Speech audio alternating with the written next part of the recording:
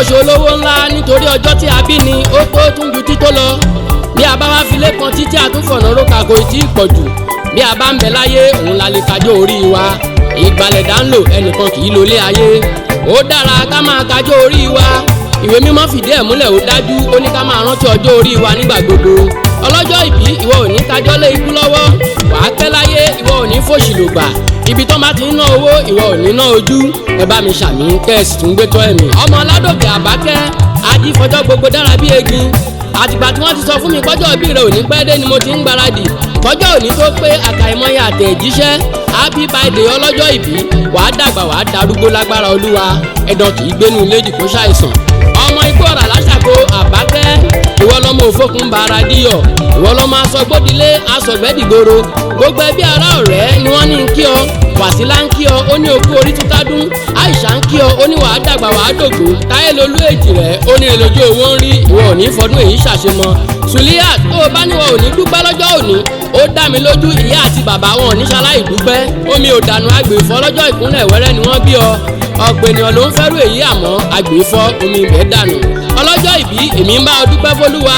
Kò sóhun tó yẹrú bí kò ṣe kẹ́rú ó dúpẹ́.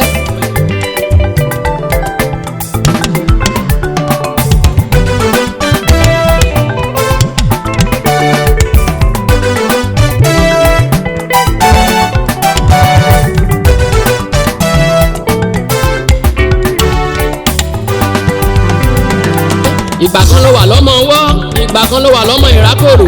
Ṣebí ìgbà kan ló ń gbèsè lọ́kọ̀ọ̀kan kó o tó wá dẹni tó dóore lé ọkọ. Ijó ọpẹ́ rẹ̀ dà Àbákẹ́, ọjọ́ orí kọ́ ni fún kí ń pani. Ikú lè fàgbà sílẹ̀ ó pọmọ tá a bí lóòjọ́. Kí ló wá dé tí wọ́n ò ní dúpẹ́? Ọ̀pọ̀ ló ń bẹ lóńdè àrùn tó o bá lè jó látòní dọ̀la. Ó tó ó tún ju tító lọ. Bàbá wa Akewi Ọládòkè bó ṣe lè ń tẹ́ ẹ pẹ́ láyé ẹ̀ ní mọ sàré ọmọ yìí tó ń sọjọ́ ìbí òní ṣọ́kú. Bẹ́ẹ̀ni ọ̀kan bá wá ń tàbà nínú òkùnkùn wọ́n ń ṣe lásán ni. Òkìtì ọ̀gán tó bá jìn orí ara rẹ̀ ní gbìn sí. Gbogbo àrígiṣẹ́gi tó bá ṣẹ́gi orí ara rẹ̀ ní ó fi gbé. Màmá wa Suliyat Ọládòkè ènìyàn tó bá jẹ́ olùbọ́ ó di dandan kó gbádùn ọkà. Suliyat àdìrú àdìgbà lọ́lá Olúwa. Ayọ̀ yín ò ní dìbànújẹ́. Ẹ fọwọ́ pawú ẹ fẹ́rì tìjọbì. Ilẹ̀ Ìbàràpá ò ní dàrú. Ìdèrè níyín ẹ̀yin lọ́mọ ayíkiri káti egi. Ẹ̀yin lọ́mọ olóko dúdú ẹ̀wẹ́ náà dúdú. Akọ̀yìn sí ẹ̀wẹ́ àfi bí olóko ni. Ẹ̀yin ọlọ́mọ ayélogún òkèdèrè lọ́gbọ̀n. Ẹ̀yin lọ́mọ ìdèrè ṣúrú ọkọ̀ ìlú bàǹtàbàǹtà. Ẹ bá mi kọrin fọlọ́jọ́ ìbí òní o. Ẹ̀yin ọ̀rẹ́ Mọ̀dínà Ṣẹ̀rífà Kéjì àti Fúnmi. Ẹ jẹ́ ká pagbo yìí ká ọmọ olóríire ni. Àtilé ló ti mú àtótọ́ra jù. Bí a bá bí ni ó yẹ ká máa túnra ẹni bí. Alẹ́ àjòrè ló pé bàbá Mọ̀dínà lágbára Olúwa ẹ ò ní dèrò ẹ̀yìn. Ènìyàn tó bá fi tiẹ̀ sílẹ̀ tó ń gbọ́ tẹni ẹlẹ́ni tó ń ṣe gẹ́gẹ́ bí bàbá tíyàwó ń ṣe gẹ́gẹ́ bí ìyá. Ó dá mi lójú ọba yárọ́bì ni ó sẹ̀san. Ọlọ́jọ́ ìbí iwájú tí o wá dojúkọ kò ní ṣòro. Àtiwọ́ àtàbùgàfà àbọ̀lọ́rẹ́ ọmọ nítorí àjò. Gbogbo ohun tí ẹ bá ń fẹ́ òun ni k'Ẹlẹ́dùmarè ó ṣe.